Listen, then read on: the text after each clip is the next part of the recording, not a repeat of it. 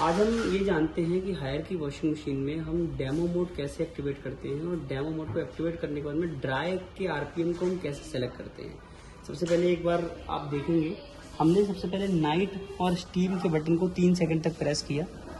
जैसे ही आपने प्रेस किया, ये पूरा का पूरा पैनल आपका विजिबल हो गया, पूरा का पैनल आपका जो है शोने होने लगा। देन आपने सिर्फ स्पीड का बटन टच करना है।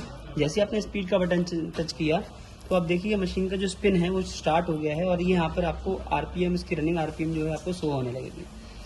इसको दिखाने का सिर्फ एक ही पर्पस है कि डिस्प्ले में जब भी आप मशीन आपके उस पर लगी हुई है, सॉफ्ट फ्लोर पे लगी हुई है, तो मशीन इतने मैक्सिमम आरपीएम पर जाने के बाद भी वाइब्रेशन और नॉइस लेवल को बहुत कम यूज़ करती है। वाइब्रेशन नॉइस लेवल काफ़ी कम करती है।